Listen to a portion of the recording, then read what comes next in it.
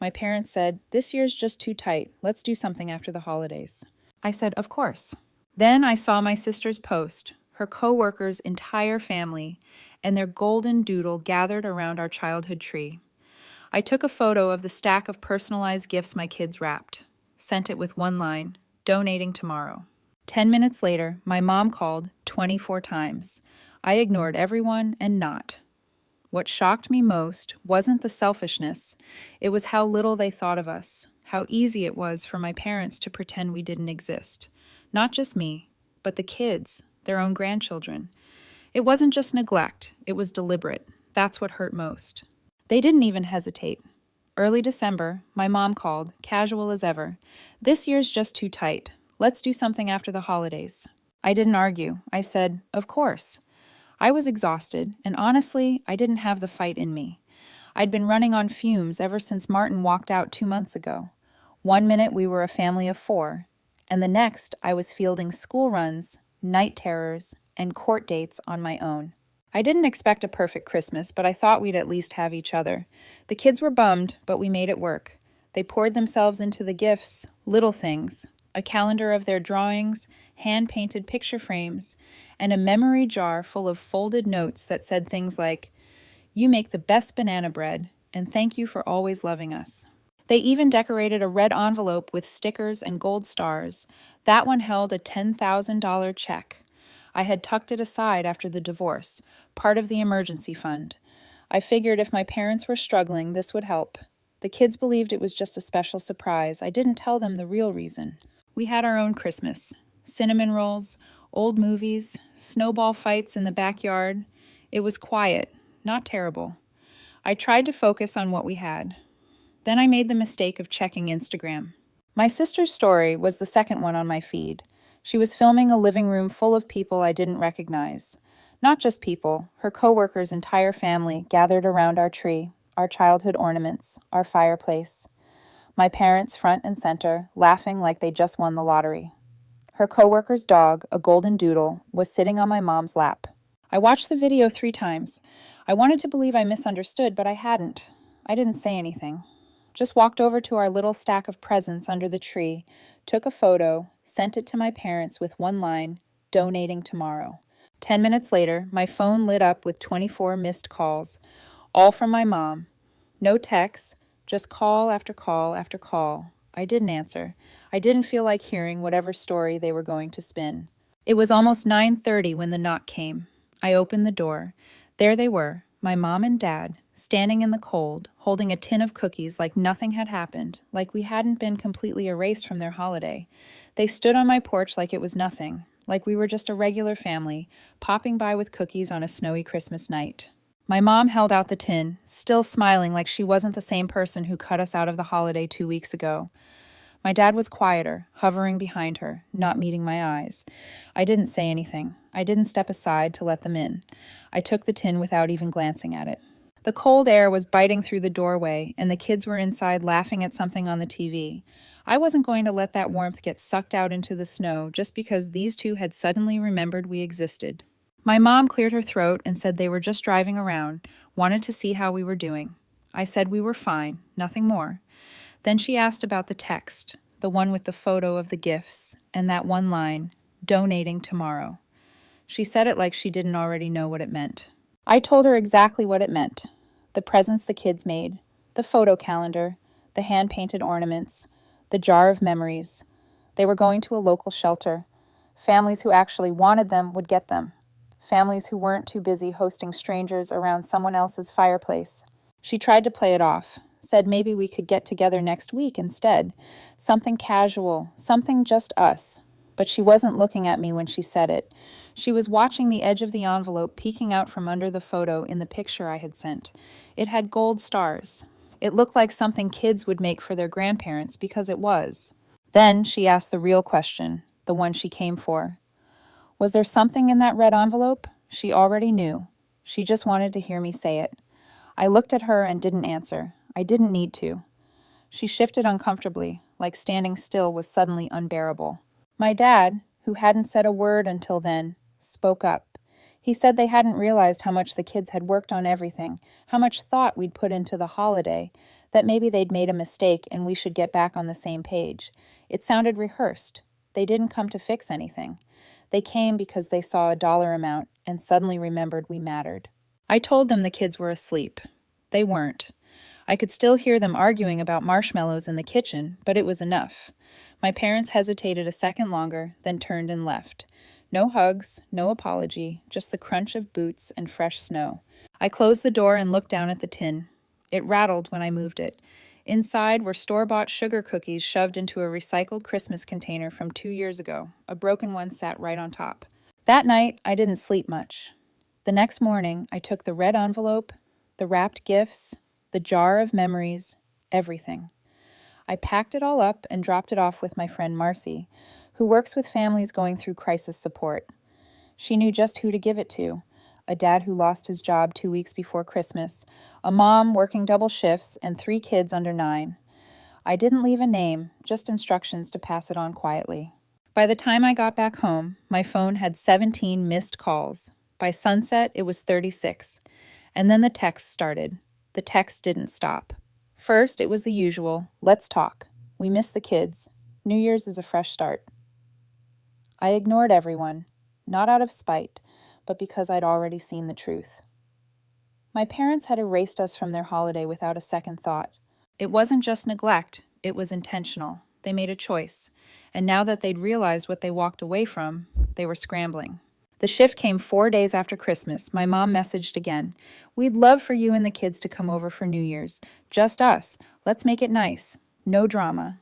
Then she added, "I'll make Everlynn's favorite pie." That one made me pause. Everlynn saw it too. She asked if we were going, said, maybe Grandma and Grandpa were just confused or busy, that maybe now they understood how much we missed them. Eli said he wanted to play with their old train set again. He even mentioned the fire pit out back and how Grandpa used to let them roast marshmallows even when it was freezing. I should have shut it down, but I didn't. I told myself it was for the kids, that maybe they were trying in their own flawed way to fix what they broke. We showed up just after 5 on New Year's Eve. Snow was falling again, soft and steady. My parents' house looked warm, almost perfect. Lights glowing in the windows, music playing inside. They greeted us at the door like nothing had ever happened. My mom hugged the kids a little too long. My dad called me kiddo, like we were back in some alternate timeline where he hadn't stood on my porch days ago, hoping to secure a mystery check. There were candles lit, a big roast on the table. Even my sister was there with her boyfriend Jake, who spent most of the evening asking the kids overly cheerful questions like he was reading from a script. Everyone was overly polite, smiling too hard, laughing too loud. It was like watching a dress rehearsal of a family that didn't actually know each other. Then, after dinner, when the kids went to the den to play a board game, my mom disappeared into the kitchen and came back with something in her hand. The red envelope, same one the kids had decorated. I knew every sticker on it, every marker smudge. I stared at it, then looked at her. She placed it carefully on the table between us. My dad sat down across from me, suddenly very interested in his hands. My sister leaned against the counter, arms crossed, not saying anything but watching everything. My mom spoke softly. She said she just wanted to clarify something, that if the envelope was still in limbo, maybe it made sense to use it in a way that benefited everyone. She said they could put it toward home repairs or maybe something for the grandkids down the line. She said it like she was doing me a favor by even suggesting it. I asked her how she got it. She said she had a feeling and called around. One of the women at the donation network apparently owed her a favor. She never said exactly how she retrieved it, but the implication was clear. She dug until she found it, and once she knew what was inside, she made sure it didn't leave her reach again. I was stunned, but not surprised. My parents have always believed in a strange version of ownership. If they could justify it, it belonged to them. I told her the envelope wasn't theirs. She said, "I'd already chosen to give it away, and we're your family too." Then my sister chimed in for the first time all night. She said, "If I'd already been willing to give that money to strangers, I could at least do the right thing and keep it in the family." I looked around the room. All that politeness, all that warmth, it had never been real. This was the reason they invited us. They were staging a reunion so they could corner me. I stood up and called for the kids. Everlyn asked if we could stay just a little longer. Eli didn't want to leave until they finished their game. I told them no. My mom looked heartbroken, but it wasn't real. It was disappointment with the outcome, not with the situation. She said I was being dramatic, that I was tearing apart a family over a gift we didn't even ask for. I didn't respond. I gathered the kids, told them to get their boots on, and thanked no one. As I opened the front door, my sister said, "So you're just going to keep it?" I turned back for half a second. She didn't flinch. She didn't see anything wrong with what she'd said. We left. Snow was thicker now, and the road home was quiet. The kids were quiet, too. The text started up again the next morning, longer, more urgent, and I could feel what was coming next. The morning after New Year's, my phone didn't stop buzzing. Not just texts this time. Emails, too. I guess my mother figured if she couldn't reach me directly, she'd try other routes. One of them was a group email to me, my sister, and my dad. Subject line, "Let's resolve this with grace." Like we were all part of some mediation and not a one-sided ambush. I didn't respond. By noon, my sister sent a long text, said the kids were always welcome at her place, that if I didn't want to be part of the family anymore, that was my choice, but I shouldn't rob the children of love they clearly still wanted. It was calculated. The wording was exact. Then came the part I didn't expect. She said, if the kids really wanted to visit Grandma and Grandpa, I should trust them enough to decide for themselves. But that trust means you're not dangling money to control everything. I read it twice. That's when I realized they were trying to flip it, make it look like I was the one using money to manipulate them. I sat with that for a while, let it simmer. Then a few days later, Everlyn came into the kitchen holding her iPad. She'd been texting someone. I asked who, and she hesitated, said it was Aunt Rachel. I told her to hand it over. What I read made my stomach turn.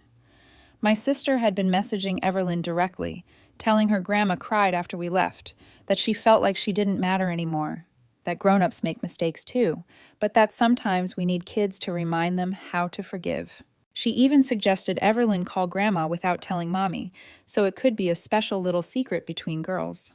I took the iPad and walked straight into the living room. I didn't yell. I sat Everlyn and Eli down and told them the truth, that their grandmother and aunt were trying to use them to get something from me, that it had nothing to do with love, and that it was never okay for adults to ask kids to keep secrets from their parents. Everlyn cried. Eli looked furious in that way only a 7-year-old can, silent, tight-jawed, confused. It broke something in both of them. I told them we were taking a break from all of it. I blocked my sister's number. I sent one message to my parents. Do not contact my children again without going through me first. This is not a negotiation. An hour later, someone knocked on my door. It wasn't my parents. It was Jake, my sister's boyfriend.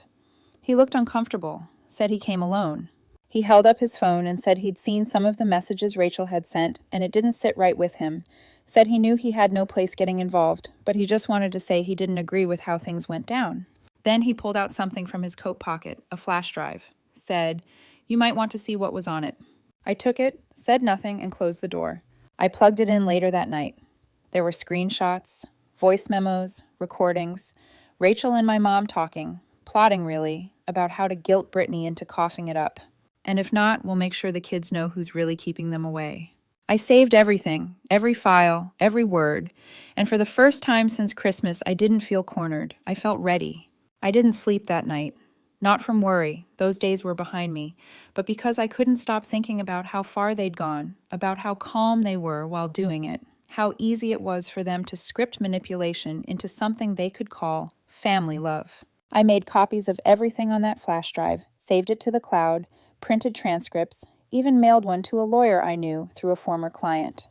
Not because I wanted to sue anyone, but because I wanted a record just in case. You don't leave doors like that wide open.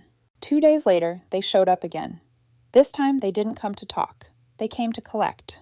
My parents pulled up in the driveway around noon. I saw them from the kitchen window. They sat in the car for a while before getting out. No cookies, no gift bags, no fake warm greetings, just straight to the point. I opened the door before they could knock. My dad was the first to speak. Said he didn't understand why I was blowing things out of proportion, that a simple misunderstanding had turned into a war. My mom said they'd come to get what was intended for them. She said I had offered the money and that it wasn't right to punish them just because of a temporary lapse in judgment. They used words like rightful, fair, and reconciliation. I let them talk, then I told them I had something they needed to see. I went back inside, grabbed my tablet, and pulled up one of the voice memos. Hit play. It was my mother's voice, clear as day. If we can't guilt her, we make the kids want to come. If they miss us enough, she'll cave. She always does. My dad looked stunned. My mom went pale. I told them I had more. Dozens of messages, plans, their own voices laying it all out like a strategy meeting. My mom reached out to touch my arm. I stepped back. I said one thing, leave and do not try this again. They didn't argue. My dad turned first. My mom hesitated but followed. By evening, my sister tried again. A new number, a new message. You're doing this to hurt them, not us. I replied once, don't contact us again, we're done. And we were. The next day, I booked 3 flights. One way, me, Everlyn, and Eli. We were done being anyone's leverage. We left 3 mornings later. Snow still on the ground. Neighborhood still draped in twinkle lights as if pretending it was still Christmas. But for us, it was already over. We didn't tell anyone where we were going. Just packed up, boarded the plane, and flew toward sun. We left in the middle of the night. 3 suitcases, 2 sleepy kids, and 1 worn-out mother who had nothing left to explain. I didn't tell a single soul where we were going. I didn't leave a note, just turned off the porch light and closed the door behind me. The flight was long, but the kids didn't complain. Everlyn watched clouds the whole way. Eli fell asleep with his head on my arm and didn't wake until we landed. The air hit us the second we stepped off the plane. Thick, warm, foreign in the best possible way. Everlyn blinked up at the palm trees and whispered, "It smells like mangoes." She wasn't wrong. The hotel wasn't anything fancy, but the walls were clean, and the view was all sky and water. There was a pool, a lazy cat that napped on the sun chairs, and a woman at the front desk who called Everlyn Princess and gave Eli 2 free mango popsicles without asking. The first morning, I woke up to the sound of laughter. Real laughter, not that tight, forced kind I'd gotten used to at home. Everlyn was trying to teach Eli to hula with a towel tied around his waist. It didn't matter that neither of them had a clue what they were doing. They were free. I let them swim before breakfast, let them eat dessert first. I didn't check my phone, not once. For a whole week, we just existed. No guilt, no performance, no obligation. And then on the 8th day, I got a call. Uncle Mark. I almost didn't answer, but something made me pick up. He didn't ask where we were, didn't ask about the money, or my parents, or Rachel, just said he wanted to check in. Said he'd been keeping quiet, but that he'd seen enough to know something wasn't right.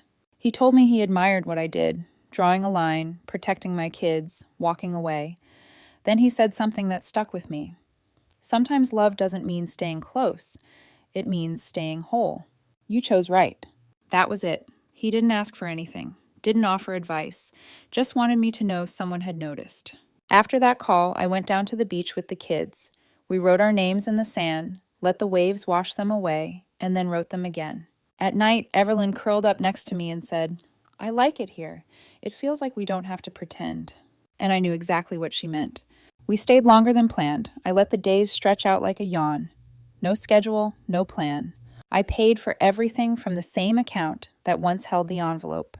I didn't feel guilty. That money was never meant to buy forgiveness. It was meant to bring peace, and it did. I haven't heard from my parents since. Not a single word. Not from Rachel either. I don't know if they've convinced themselves I'm the villain. I don't care. My kids are safe. They're laughing again. I'm sleeping through the night. And for the first time in months, I don't feel like I owe anyone an explanation. If something changes, if they reach out again or try something new, I'll write an update. But I don't know if I will. For now, thank you to everyone who read this, to everyone who sat with me in this. You didn't have to, but you did. And that's something I won't forget.